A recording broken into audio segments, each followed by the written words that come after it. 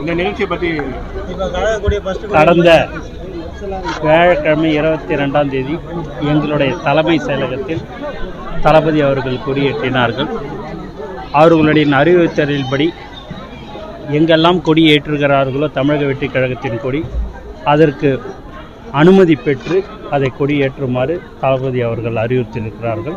அதன்படி இன்று கௌதம் பிரதீப் அவங்களுடைய வீட்டில் வெளியில் நாங்கள் அனுமதி பெற்று கொடியேற்றிருக்கிறோம். தமிழக வெற்றிக் கழகம் கொடியேற்றப்பட்டு மற்றும் மக்களுக்கு நலத்திட்ட உதவிகள், புடவை, மாணவ மாணவிகளுக்கு நோட் புக்கு, பேகு மற்றும் அன்னதானம் எல்லாம் வழங்கினோம் என்பது இந்த நேரத்தில் அனுமதி பெற்று சொன்னீங்க. இதுவே அனுமதி இல்லாமல் தான் காவல்துறை சொல்றாங்க.